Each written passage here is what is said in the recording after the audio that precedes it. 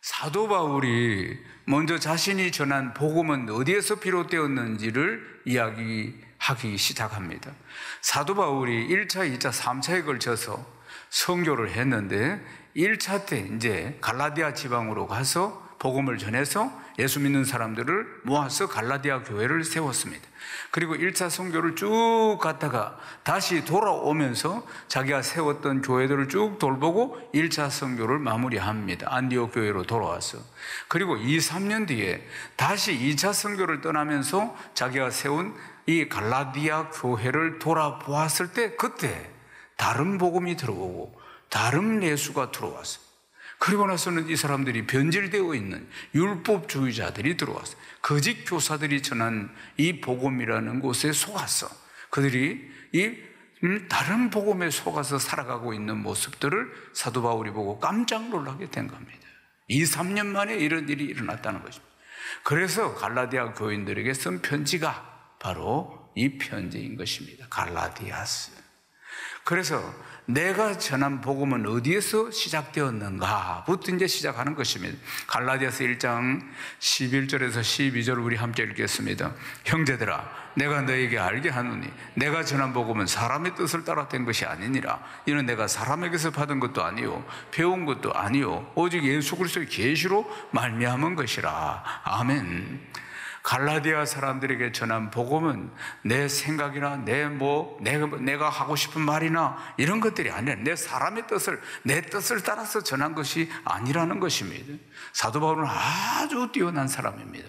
그 당시에 최고의 신분을 가지고 있고, 그러니까 상류층 중에 최상류층이었어요. 바리새인 중에 바리새인이요, 그리고 또 뛰어난 실력을 가진, 그러니까 가말리엘 문화에서 공부를 했다 이 말입니다. 오늘로 말하자면 하버드대 출신이다 이렇게 볼 수가 있습니다.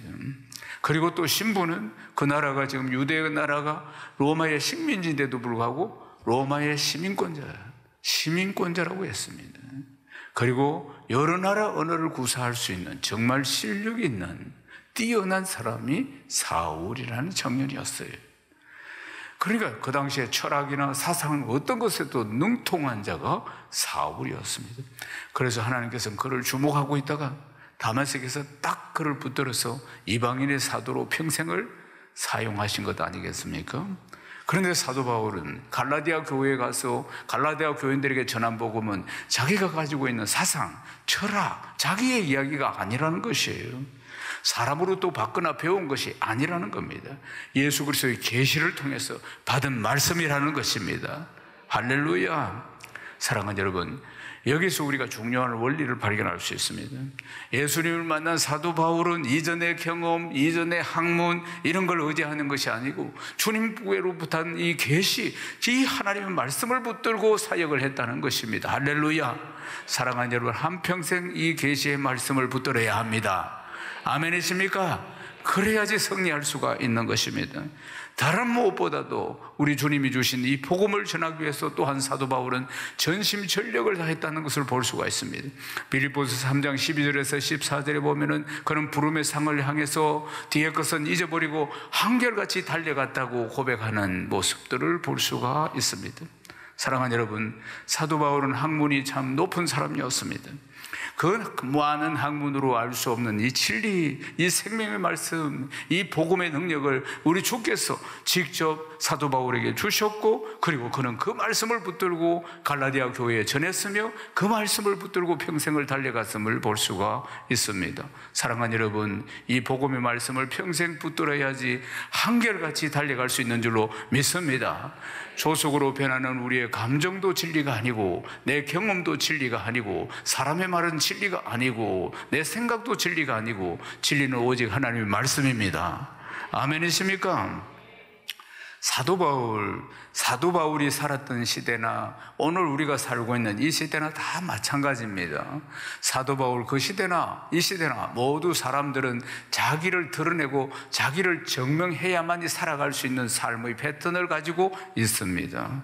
사랑하는 여러분, 그렇지 않습니까? 나는 능력이 있는 사람이다. 그래서 대학 졸업장이 필요하고, 나는 이렇게 실력이 있는 사람이다. 나는 이렇게 나를 필요로 하는 사람들에게 나는 이런 것들 제공할 수 있다. 그래서 자격증을 따는 거 아닙니까? 그래서 또 졸업장이 있는 게 아닙니까? 그래서 또 수료증이 있는 거 아닙니까? 그러니까 나는 이런 자격이 있다. 나는 이렇게 실력이 있다. 그러니까 이게 바로 자기를 드러내는 것 아니겠습니까? 사도 바울은 또 말씀드리지만 자기를 증명할 수 있는 것이 참 많았습니다. 또 학문이 많은 사람이었습니다. 지식이 많은 사람이었습니다. 또 아주 실력 있고 로마의 시민권자였습니다. 그 당시까지만 해도 사도 바울은 이것을 자랑으로 삼았습니다. 늘 드러내놓고 살았습니다. 내가 이런 사람이라는 것을 증명하면서 살았던 사람입니다. 그럴 때마다 사람들이 그를 인정해주고 젊은 나이인데도 불구하고 사도 바울은 그 무리 속에서 리더가 될 수가 있었습니다. 갈라디아서 1장 13절에서 14절 함께 읽겠습니다. 내가 이전에 유대교에 있을 때 행한 일을 너희가 들었거니와 하나님의 교회를 심히 박해하여 멸하고 내가 내 동족 중 여러 영갑자보다 유대교를 지나치게 믿어 내 조상의 전통에 대하여 더욱 열심히 있었으나 유대교를 지나치게 믿었다. 열심이었다는, 유대교에 열심이었다. 내 조상의 정통이 유대교 이 율법주의에 열심이었다는 것이. 사랑하는 여러분, 그래서 사도 바울이 동년배보다도 또 나이가 많은 사람들보다도 유대교의 전통에 열심이어서 그래서 그들 무리에서 뛰어난 리더가 될 수 있었다는 것을 볼 수 있습니다. 사랑하는 여러분, 예수님을 만나기 전에 사도 바울의 삶입니다. 자기를 이렇게 드러내면서 살았던 삶이에요. 그럼 오늘 이 시대는 어떻는가? 전 세계 58.7%가 SNS를 사용합니다. 인터넷 사용자의 93.1%가 SNS를 사용합니다. SNS 신규 이용자가 매년 3억 이상씩 증가하고 있습니다. 그래서 내가 입은 옷, 내가 먹는 음식, 내가 타는 차, 내가 쓰는 가방, 내가 쓰는 향수, 이런 걸 다 SNS를 통해서 다 공유하고 또 드러내게 합니다. 나는 이런 음식을 먹는 사람이야. 나는 이런 차를 타는 사람이야. 너는 이런 책을 읽어. 나는 이런 곳에 여행을 왔어. 그러면서 막 찍어서 계속 보냅니다. 자기를 아주 그냥 드러내는 것이, 나는 이런 걸 즐겨. 나는 여행을 왔어. 나는 기호가 이런 거야. 그래서 또 유튜브도 운영하고 막 이렇게 하면서, 그렇게 하지 않더라도 여러 가지 방법으로 다 자기를 드러냅니다. 자기를 증명하려고 하는 것들이 얼마나 많은지 모릅니다. 저는 설교 준비한다고 있으면 하루 종일 들어오고 또 들어오고 얼마나 아주. 사랑하는 여러분, 그렇게 자기를 드러내면서 자신의 자유가 사라지는 것입니다. 경쟁해야 되고 매여야 하고 비교하고 또 어떤 때는 시기하고. 사랑하는 여러분, 사도 바울은 참으로 탁월한 사람이었습니다. 유대교의 열심이고 이것이 증명이 된 사람입니다. 스데반 집사님, 그분이 순교할 때, 돌로 쳐 죽일 때 그때 앞장섰던 사람이 사울이라는 청년입니다. 또 다메섹에 살고 있는 예수 믿는 사람을 잡으러 군사들을 이끌고 가던 사람이 사울이었습니다. 그때 빛으로 임하신 주님을 만나게 되지요. 사울아 사울아, 왜 네가 나를 핍박하느냐? 누구십니까? 주님 누구십니까? 나는 네가 핍박하는 예수라. 그리고 그 강렬한 빛 때문에 소경이 되어서 다메섹에 손이 잡혀서 들어가서 앞을 볼 수 없으니까 이 소경으로 있다가 3일 만에 아나니아라는 제자가 안수하니까 성령이 충만하게 임하며 눈이 다시 돌아오게 된 겁니다. 주님을 만난 것이지. 성령으로 충만한 살아계신 주님을 만나게 된 것입니다. 갈라디아서 1장 15절 말씀 읽어보십시다. 그러나 내 어머니의 태로부터 나를 택정하시고 그의 은혜로 나를 부르시니가, 오래전 어머니의 뱃속에 있을 때부터 태로부터 나를 택정하시고 그 은혜로 나를 부르신 주님이, 갈라디아서 1장 16절도 읽어보십시다. 그의 아들을 이방에 전하기 위하여 그를 내 속에 나타내시기를 기뻐하셨을 때 내가 곧 혈육과 언언하지 아니하고 이제 주님을 만났습니다. 사도 바울을 향한 주님의 계획은 이방인의 사도가 되는 것입니다. 이방인들에게 복음을 전하는 도구가 되는 것이에요. 사도 바울이 그거 깨닫습니다. 이전까지는 자기를 드러내고 증명하고 그렇게 살았던 사울의 삶을 이제 종결짓습니다. 주님의 부르심 앞에서 내가 이방인에게 복음을 전하는 자가 되는구나, 이방인에게 복음을 전하는 사도가 되는 것이 하나님의 계획하심이구나. 그리고는 삶의 목표가 바뀝니다. 삶의 스타일이 바뀝니다. 삶의 이유가 바뀝니다. 완전히 주님이 주신 비전에 사로잡혀서 한평생 달려가는 인생이 되었던 것입니다. 진리의 복음이 주는 자유, 진리의 복음이 주는 해방이 그를 사로잡았습니다. 그러니까 누가복음 4장 18절 19절에 보면 복음은 가난한 자를 부욕해 하고 포로된 자를 자유케 하고 눈먼 자를 보게 하고 눌린 자를 해방시킵니다. 아멘이십니까? 사도 바울이 이 복음이 주는 자유와 해방에 사로잡힌 사람이 되었습니다. 갈라디아서 1장 17절 말씀 읽어보겠습니다. 또 나보다도 먼저 사도된 자들을 만나려고 예루살렘으로 가지 아니하고 아라비아로 갔다가 다시 다메섹으로 돌아갔노라. 아멘. 이전에 회심하기 전에 사울이었다면은 그런 내가 예수님을 만났다, 내가 회심을 했다 그러면서 동네방네 떠들면서 사도들을 만나서 자기를 드러내고 내가 이제 이런 사람이 되었다 막 이렇게 이야기를 했을 걸. 자기를 드러내기 위해서. 이제는 핍박자였고 이제는 내가 회심했다, 나 예수 믿는 사람이 되었다, 주님을 확실히 만났다, 나는 이런 이야기를 주저리 했을 것입니다. 그런데 사도 바울은 이제 예수님 만나고 나서는 완전히 스타일이 달라지는 것을 볼 수 있습니다. 그는 이렇게 하죠. 나는 나보다 먼저 사도된 자들 만나려고 예루살렘으로 가지 않고 아라비아로 갔다. 광야로 갔다는 것입니다. 광야로 갔다. 사랑하는 여러분, 사도 바울의 삶의 스타일이 완전히 바뀌었음을 볼 수가 있습니다. 이것은 뭘 이야기할까요? 예수 믿는 게 뭘까요? 왜 예수 믿어도 변화가 일어나지 않는 걸까요? 그 핵심은 갈라디아서 2장 20절에 있습니다. 갈라디아서 2장 20절은 내가 그리스도와 함께 십자가에 못 박혔나니 그런즉 이제는 내가 사는 것이 아니고 내 안에 그리스도가 사는 것입니다. 내가 살아있기 때문에 변하지 않는 것입니다. 천년이 가도 변하지 않을 것입니다. 내가 죽어야 내 안에 그리스도가 사는 것입니다. 아멘이십니까? 그리스도가 사는 것이 새로운 인생이란 말입니다. 예수 믿고 거듭났다는 것은 내가 죽고 그리스도가 사는 것이에요. 욕심 많은 욕망에 불타는 옛사람이 십자가에 못 박혀서 죽고 내가 죽고 그리스도가 사는 것이 예수 믿는 것입니다. 이걸 변화라고 하는 것입니다. 사랑하는 여러분, 우리 교회 큰 십자가가 3개가 있습니다. 원래 2004년도에 우리 교회 건축을 할 때 저는 저기에 십자가를 4개 세우려고 했습니다. 왜냐하면 골고다 언덕에는 십자가 3개인데 4번째 십자가는 우리가 달리는 십자가입니다. 내가 달리는 십자가예요. 그래서 제자대학 2학기 마지막 시간에 사다리를 타고 4번째 십자가에 다 올라가서 그래서 5분 동안 이렇게 매달려 있다가 실습을 하고 내가 죽었다는 걸 실습을 하고 내려오는, 그리고 사진도 찍어놨다가, 그래서 이제 내가 살아날 때마다 그 사진 보고 내가 죽었다 아찔하게 이 십자가 높은 곳에 올라가서 안 그래도 죽을 것 같으면 죽었다, 그렇게 체험하게 하려고. 그래서 4개를 세우려고 했습니다. 그러니까 주변에 있는 목사님들이 3개인데 왜 4개를 세우려고 하나? 그러면 나는 이런 의미를 설명하니까 사람들이 다 물을 거다. 왜 4개냐고. 골고다 언덕은 3개인데 왜 이 교회는 4개냐고. 그런데 물을 때마다 대답을 해야 할 것이고, 또 4개를 세워서 좀 이상하다, 이게 3단인 것 같다, 이렇게 이야기할 수도 있다. 그래서 하나를 못 세웠습니다. 그래서 또 내가 궁리한 것이, 그러면 십자가를 못 세우면 십자가 저 3개 밑에 관을 하나 갖다 놔야 되겠다.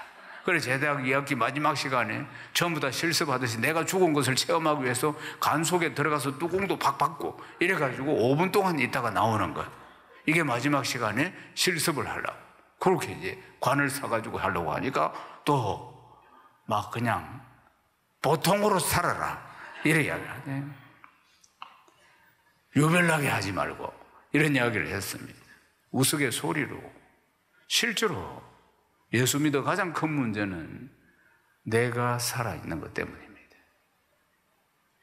내가 하는 것 말이에요. 사랑하는 여러분, 이 바울은 사람들에게 나를 드러내는 것, 그거 하지 않고 바로 광야로 간 것입니다. 광야에는 누가 하나님 만났습니까? 모세도 광야에서, 엘리야도 광야에서 다 하나님을 만났습니다. 그런 광야에서 3년 동안 하나님을 만납니다. 사도 바울은 구약에 능한 사람이었습니다. 구약에 예언된 예수 그리스도에 대해서 성령께서 3년 동안 말씀을 다 풀어서 사도 바울을 가르쳤을 것입니다. 사울은 바울 되어 3년 동안 주님과 깊이 소통하며 그곳에서 말씀을 깨닫고 또 깨우치고 그리고 새롭게 변화되는, 그리고 또 성령으로 충만한 삶을 주님과 독대를 하면서 그렇게 3년을 보내게 됩니다. 세상에 드러나고 세상에서 증명하고 이런 것이 아니고 그냥 주님과 동행하고 주님과 더 깊이 소통하는, 이제는 나를 드러내는 것이 아니고 그냥 주님만 높이고 주님만 드러내는, 오히려 나는 무명한 자가 되고도 아무 상관이 없는, 내가 아니라 주님만 드러내는 참으로 그런 귀하고 복된 인물로 변화된 것입니다. 사랑하는 여러분, 아라비아에서 주님과 깊이 소통하고 성령이 서성되셔서 가르쳐 주시고 참 복음을 깨닫고 복음의 능력을 깨닫고 하나님 말씀을 깨닫고 날마다 그렇게 충만한 삶을 살게 된 것입니다. 3년 동안의 시간을 거친 뒤에 이제 사도 바울은 이제 베드로를 만나기 위해서 다시 오는 장면들을 볼 수가 있습니다. 오랫동안 구약의 사고에 매여 있었습니다. 율법적인 사고에 매여 있었던 그가 3년이라는 시간 동안 주님이 그 패러다임을 완전히 바꿔주시는, 복음 안에서 참 자유와 기쁨을 누리는 삶으로 바꿔주신 것을 볼 수가 있습니다. 이제 예루살렘 교회로 왔는데, 그런데 예수 믿는 사람들이 알아보지를 못했습니다. 사도 바울을 오랜만에 몇 년 만에 와서 이전에 핍박자였는데 근데 어떻게 왔는지 알아보지를 못했다고 말입니다. 갈라디아서 1장 22절에서 24절을 읽겠습니다. 그리스도 안에 있는 유대의 교회들이 나의 얼굴을 오늘 알지 못하고 다만 우리를 박해하던 자가 전에 멸하려던 그 믿음을 지금 전한다 함을 듣고 나로 말미암아 하나님께 영광을 돌리니라. 아멘. 사도 바울은 이들에게 얼굴 한 번 비춘 적이 없습니다. 자신을 드러내고 자신을 증명하기 위해서 애쓴 적이 없습니다. 사도 바울이 회심하고 그리고 3년 동안 아라비아에서 연단과 훈련을 겪고 그리고 나서 그 다음 완전히 변화된 삶을 사는 것을 볼 수 있습니다. 참 자유와 해방을 누리며 살아가는 시간들 말입니다. 핍박자에서 복음을 전하는 자로 변화된 바울이라고 지금 이야기를 하고 있습니다. 자기를 드러내고 자기를 증명하기 위해서 애쓰는 사람이 아닌 것입니다. 오직 나는 죽고 예수 그리스도만 사는 것. 갈라디아서 5장 24절에 예수 믿는 사람은 정과 욕심을 십자가에 못 박았다고 했습니다. 자신의 정과 욕심은 다 십자가에 못 박고 오직 그리스도가 사는 사람 말입니다. 오직 하나님께만 영광을 돌리는 자가 되었다는 것을 잘 볼 수가 있습니다. 사랑하는 여러분, 변화된 사도 바울은 어떤 능력으로 살아갑니까? 복음의 능력으로 사는 것입니다. 우리도 복음의 능력으로 사는 것입니다. 길과 진리요 생명 되시는 예수 그리스도께서 주시는 복음의 능력으로 우리가 사는 것입니다. 할렐루야. 오직 주님만을 드러내는 삶을 사는 것입니다. 한국 최초의 한글 성경 마가복음은 1885년 일본 요코하마에서 인쇄가 되었습니다. 이 역사적 사건 첫 번째 성경이 마가복음 한글 성경을 만든 역사적인 인물이 누구냐면은 이수정이라는 사람입니다. 예수 믿기 전에 이수정은 출세가도를 달리고 있었던 사람이었습니다. 잘 나가던 사람이었습니다. 여러 사람에게 인정도 받고 또 황실로부터 인정도 받고 앞날이 싹 보장된 사람이었습니다. 그런데 주님을 만나고 나서 완전히 변화된 삶을 삽니다. 말씀이 그를 사로잡은 것입니다. 복음이 그를 사로잡은 것입니다. 말씀을 번역하고 그리고 이 조선 백성들에게 이 성경책을 전해주는 사명에 불탔다는 사실 아니겠습니까? 그래서 1883년 6월부터 번역을 작성해가지고 그 다음에 4월에 이 성경이 나옵니다. 신약 마가전 복음서 은혜라는 이름을 가지고 이게 마가복음입니다. 조선 대한민국 최초로 번역된 성경입니다. 마가복음. 이 책은 국한문으로 혼용이 되어 있습니다. 그리고 한문을 주로 사용하되 또 한문 옆에는 또 한글 토를 달았습니다. 그래서 누구나 다 읽을 수 있도록 만들었습니다. 성경을. 이것을 첨부 인쇄해가지고 조선으로 보내왔습니다. 이것이 그러니까 한국 최초의 성경인 것입니다. 이 마가복음이 번역이 되고 이어서 계속 마태복음, 누가복음도 번역을 해 나갑니다. 1885년 4월 5일 날 마침내 조선 땅에 처음으로 서양인 선교사가 들어옵니다. 최초의 서양인 선교사인 아펜젤러 언더우드 선교사입니다. 이들이 한글 성경을 들고 들어왔다는 것입니다. 이것이 이수정이 번역한 성경이었습니다.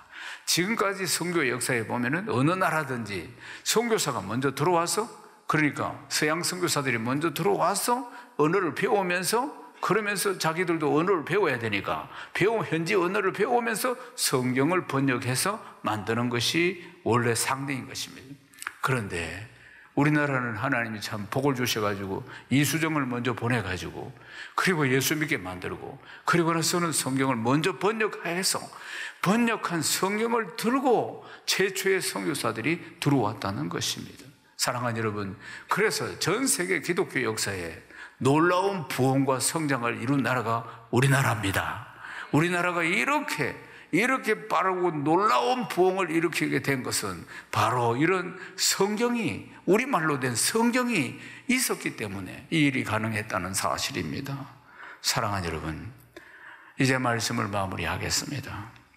많은 사람들이 예수를 믿고 또 거듭나지만 다시 세상의 유혹에 빠지는 것을 많이 보게 됩니다. 그러면서 이전의 삶으로 돌아가는 것 말입니다. 바울의 회심과 그리고 뒤를 돌아보지도 않고 한결같이 달려간 그 모습은 우리 신앙생활에 또 우리의 삶에 많은 깨달음을 줍니다.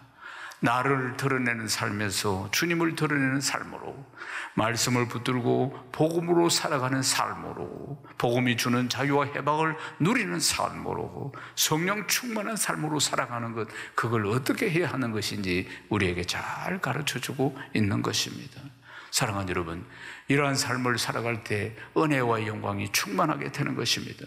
이러한 삶을 살아갈 때 우리의 삶 가운데 진리가 주는 자유와 해방이 충만하게 되는 것입니다. 사랑하는 여러분, 어떻습니까?